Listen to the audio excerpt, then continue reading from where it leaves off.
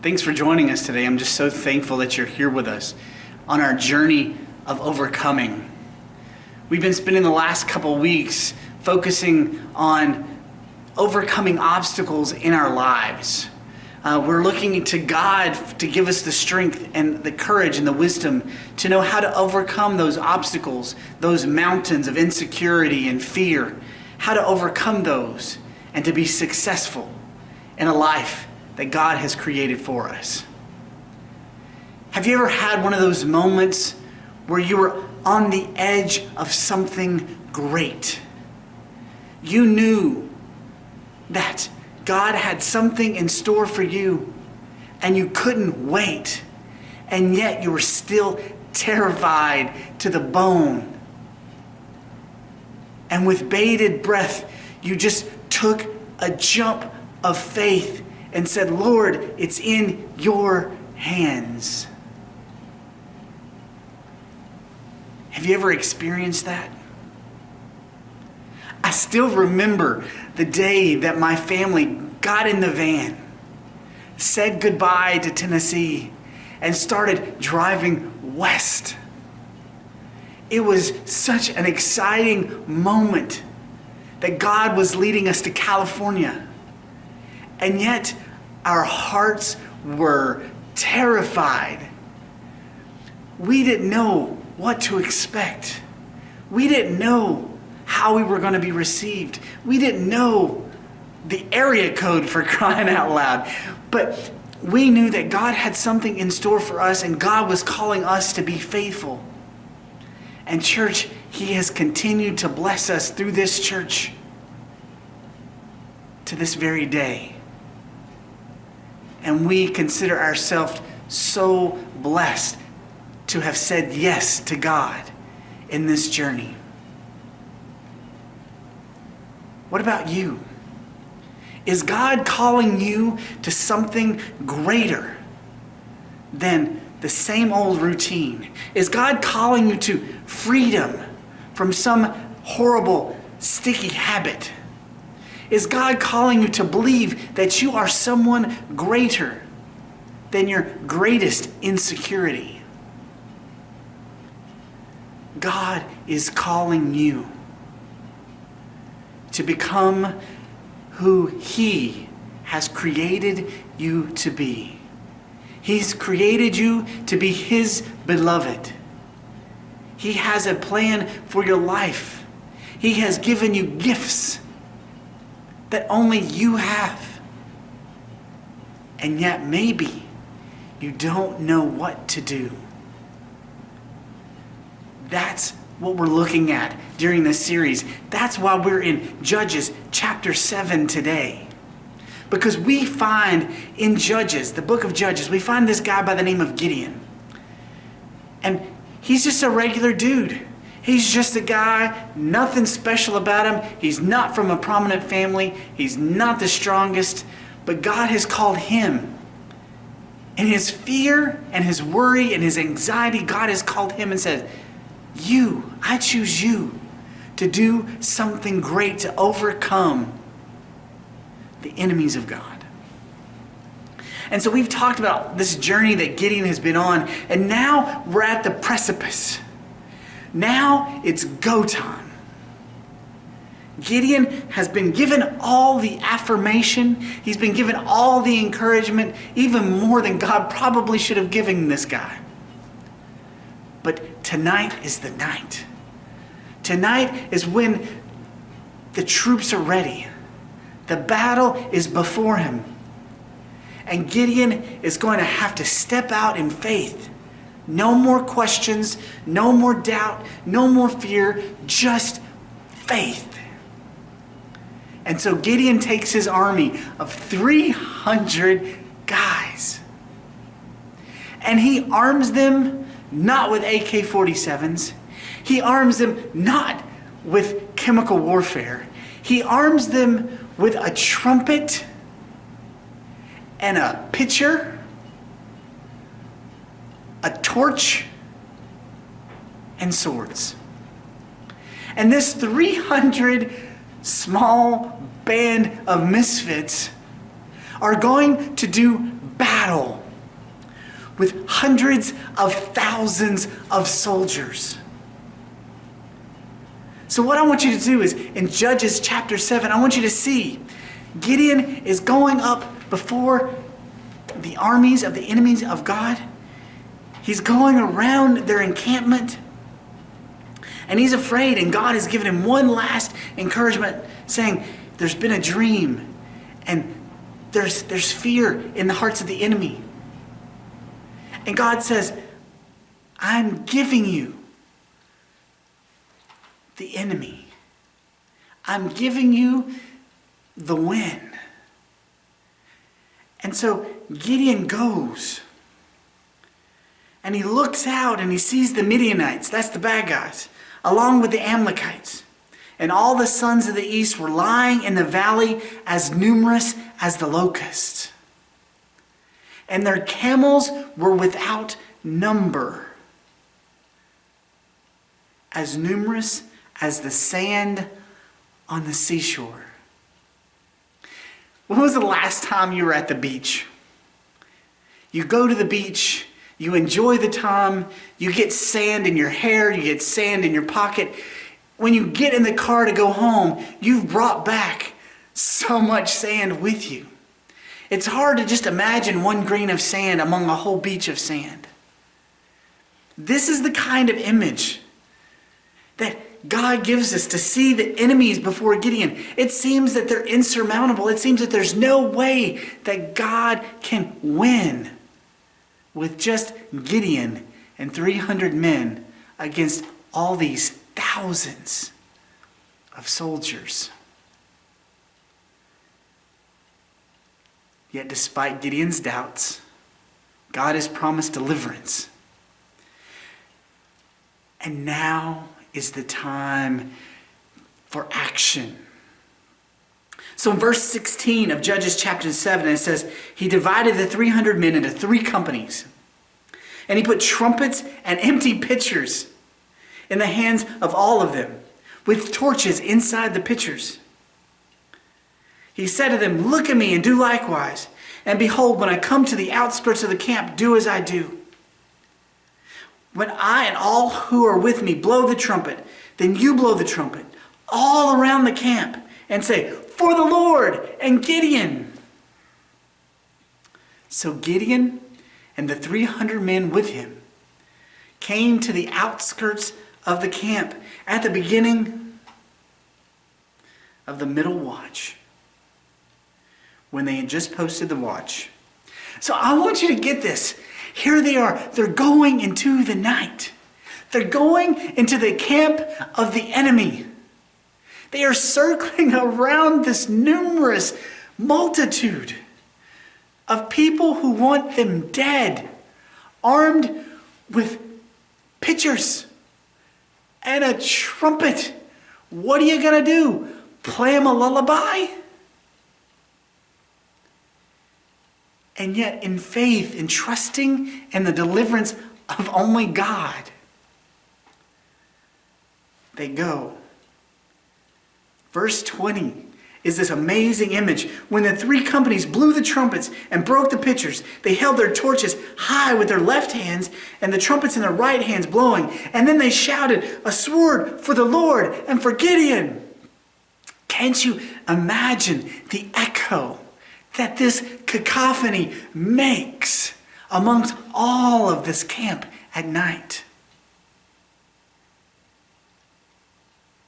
Verse 22 says, when they blew 300 trumpets, the Lord set the sword of one against another throughout the entire army, and the army fled as far as Beth Shittah towards Zererah, at the edge of Abel Meholah and Tabah.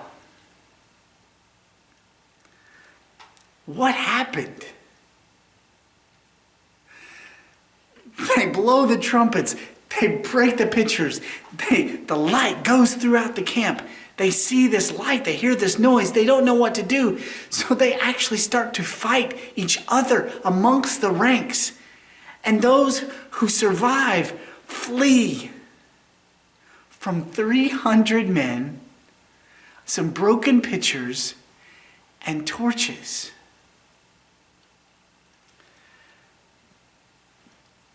They've done it. They have sent this marauding army that has been plaguing them for 7 years. They have sent them hightailing it out of their home.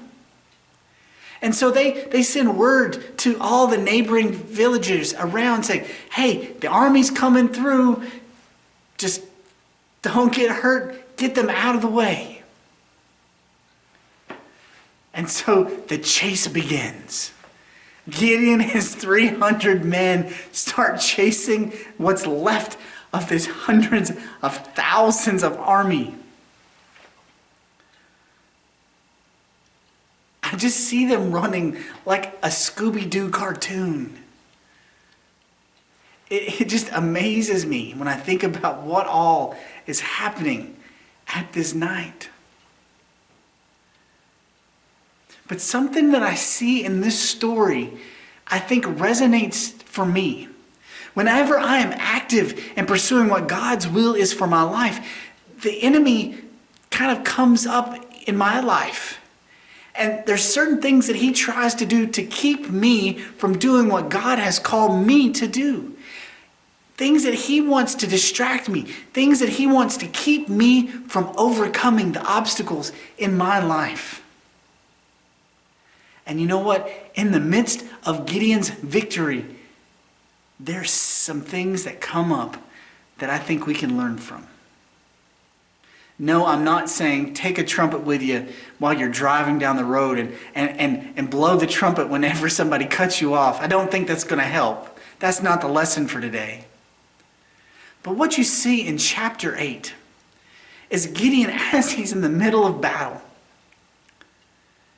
these issues come up. Well, let's look at Judges chapter 8 in verse 1 and let's see. It says, then the men of Ephraim said to him, this is saying to Gideon, as they're chasing them out of town. The men of Ephraim said to him, what is this thing you have done to us? Not calling us when you went to fight against Midian. So here are some of the children of Israel. They're coming to Gideon and saying, Gideon, why wasn't I told about your plan? You know, I have some strategies. I have some support. You know, we could have really done this a different way. You didn't ask me my opinion on your battle plans. Does any of this sound familiar in your life when you are doing what God has called you to do and then somebody starts to criticize you? Saying, no, that's not the plan. You need to get with the program. Don't you know what the program is? You're supposed to do things the way that I say. And so, am I the only one? Okay, yeah, you know what I'm talking about, right? Criticism is one of those things that Satan uses to discourage us and steal our joy and distract us from the job at hand. You see, criticism turns brothers, a relationship of brothers, against each other, into enemies. Ephraim was mad that they weren't consulted about Gideon's battle plan. They took offense to it.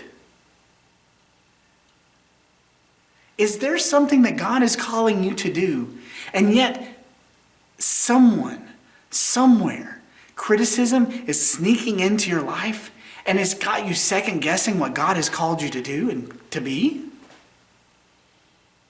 I know it has in my life. I know that the enemy will sow seeds of fear and doubt and start to question, am I really doing what God has called me to do? Is there another program that I need to be following? You see, Satan is sneaky that way. He knows that if he can divide us, that he has won. And it only takes a little bit of criticism to distract.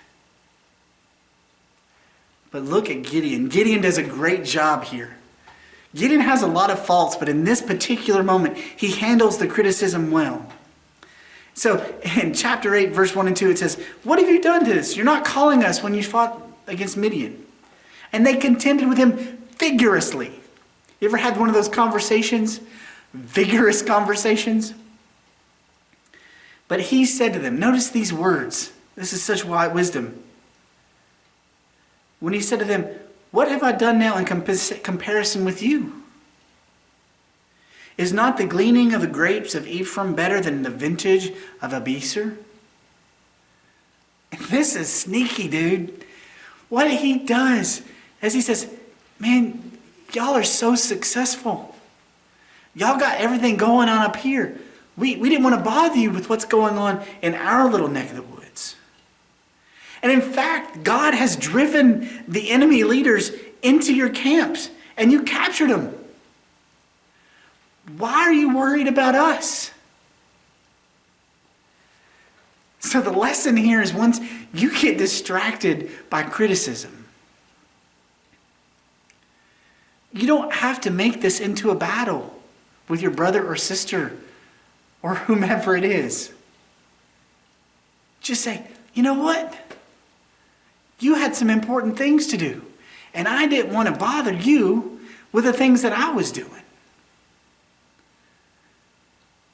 And I bet you'll notice a change in their tune. Because you're validating that they're important. You're validating that they have important things to do too. Gideon was very wise in how he handled this criticism. How will you handle criticism when somebody starts to tear down why you do what you do for Jesus? Let me tell you, nobody has ever been convinced and changed their opinion about anything through Facebook comments. Am I right? Has anybody ever convinced anybody of anything on Facebook? Really? So don't be surprised if somebody disagrees with you on social media. Take the high road. Don't give in to the criticism. Don't let criticism distract you from doing what God has called you to do, and that is love Him and love others. Show Jesus. Experience Jesus and share His grace. That's what God is calling you to do, and don't let any criticism stop you from that. There's more that we can learn here. So Gideon continues to pursue the Midianites out of town. He's chasing them far out of town. And so now his troops are getting tired. They're getting hungry. They're getting, dare I say, hangry. And so they cross over this area. Crossed over the Jordan. And he said to the men living there in Succoth, that means booths. And so he goes to this area that there's not animosity between the children of Israel and this place. And Gideon is asking for hospitality. Hospitality is an extremely important thing in their culture, as it is in our culture.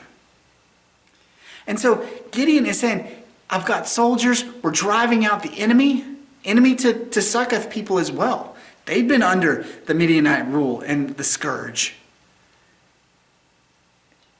Their shared enemy is running away, and all Gideon is asking for is some supplies, some food for his troops.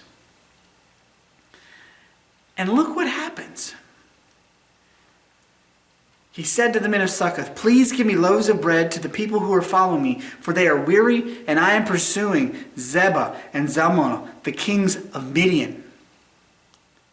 And listen to what the leaders of Succoth said. Please give loaves of bread. Okay, that's what Gideon says. Please give loaves of bread. And the leaders of Succoth said, are the hands of Zebah and Zalmunna already in your hands, that we should give bread to your army? Have you already won? Why should I help you, is the question. What's in it for me? Have you done your job yet? Have you gone out and worked and secured those enemy guys before we actually reward you with bread? You see, the people of Succoth were only focused about themselves. And they weren't considerate about the people who were actually helping drive out the enemy away from their town.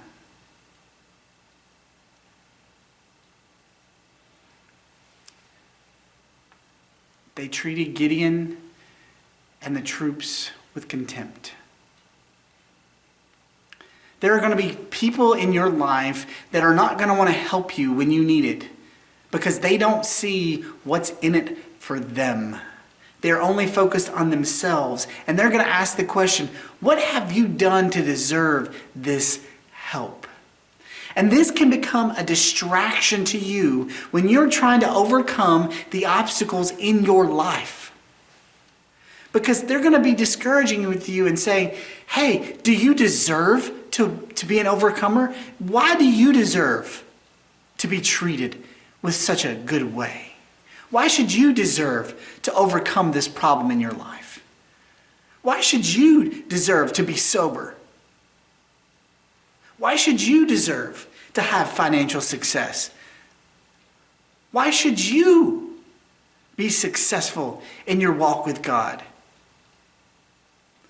Because they see the brokenness in themselves, and if you win, that makes them look bad. And so they're going to treat you with contempt. What we learn from Gideon is very simple.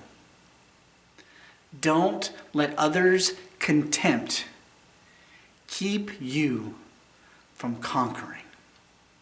Because what happens after this moment of contempt? Gideon goes on and defeats the enemy. He becomes a conqueror. He's overcome criticism, he's overcome contempt, and now he has driven the enemy of Israel far away. Only by the help and the grace and the mission of God. God is calling you to succeed in your life. He wants you to overcome those habits and those hang-ups and those broken moments in your life.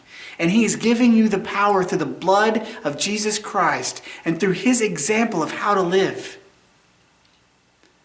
How to overcome those hurts. With God, Scripture tells us we are more than conquerors